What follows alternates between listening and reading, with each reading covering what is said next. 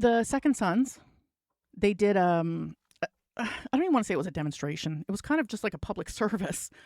They went out and, cleaned up some of these crosses and stuff like that were either defaced or damaged for people that were, victims of the fentanyl epidemic, which, thanks to invaders, have really, they really brought that here and have since ramped it up.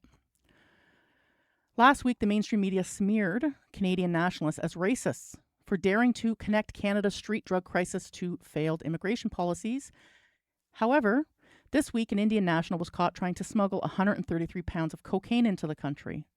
So who's right here? I have yet to see, a white Canadian be charged with this level of drug smuggling.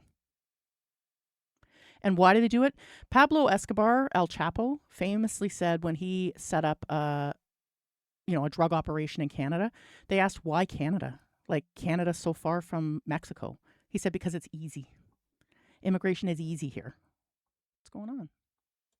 Sudbury's mayor and others are condemning a recent visit and message from a white nationalist group that used a local opioid memorial for a promotional video. CTV's Angela Gemmel reports. Denise Sandel walks through the more than 250 white crosses in downtown Sudbury. Each one represents someone claimed by the opioid crisis. So look at the state of some of these crosses, right? And I get it. They're not like these, concrete fucking headstones or anything like that.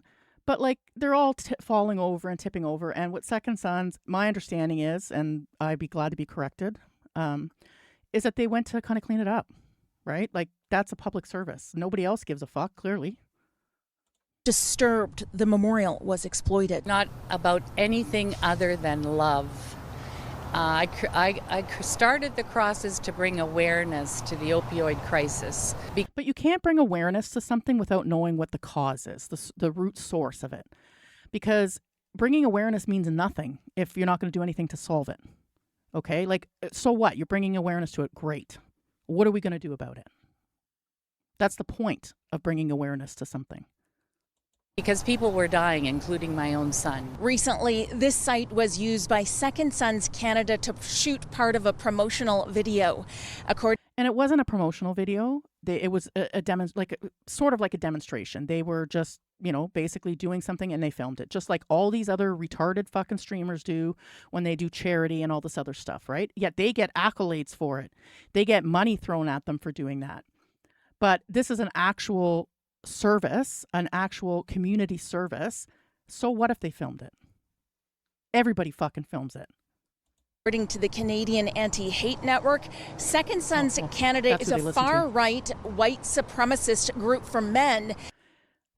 They keep throwing in white supremacists. Nowhere on Second Sons have I ever seen or heard any of them say that they're white supremacist group. So I'm not sure where they're grabbing that from. Is it because that they're nationalists and they want their country to resemble the country they grew up in?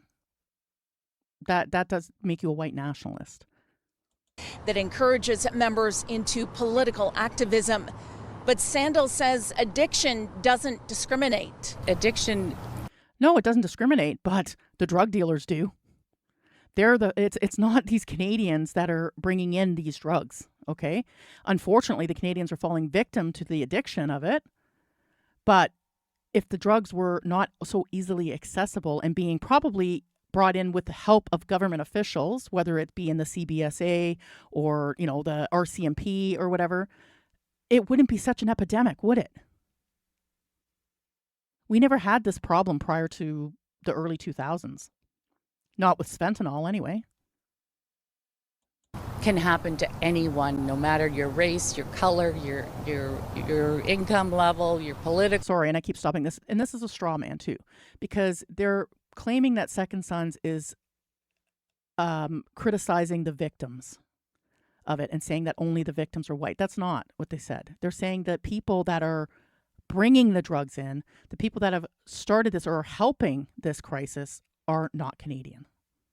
Beliefs. So I don't believe there's any any place here for any kind of hate. The mayor of Greater Sudbury agrees. He issued a statement this weekend saying exactly the same thing. He says using the opioid crisis to spread division dishonors those who've died and those who continue to struggle. It affects everybody. It doesn't matter where you're from and who you are. It affects all families and all people. So I thought it was important that we reiterate that in Greater Sudbury, we're certainly supportive of each other, and this is a crisis that will go through. We're not racist here in Sudbury, guys. Don't get it twisted, okay? Bring your migrants, airdrop as many as you want here, because we're not racist and we will take the federal government's money, is what he's saying. And again, that was not the purpose of it. They keep conflating it. It's a straw man to make people think that they came there to deface and to judge the victims of this. What they're saying is, and again, as we saw earlier, or what Wiretap posted here, and I think I have it over here somewhere, but somebody was just arrested, an Indian national, for bringing in 133 pounds of cocaine. They're heavily involved in the fentanyl industry, and before them, it was the Chinese.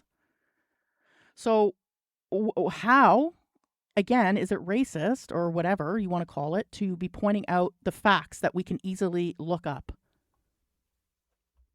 And it's just disgusting. It's so disgusting that these people keep trying to conflate people who are trying to do good things in the community, and it doesn't matter what side of the political spectrum they fall on. Okay? Unfortunately, lefties don't do anything good like this. All they do is destroy things under the guise of purity and what do you want to call it, virtue.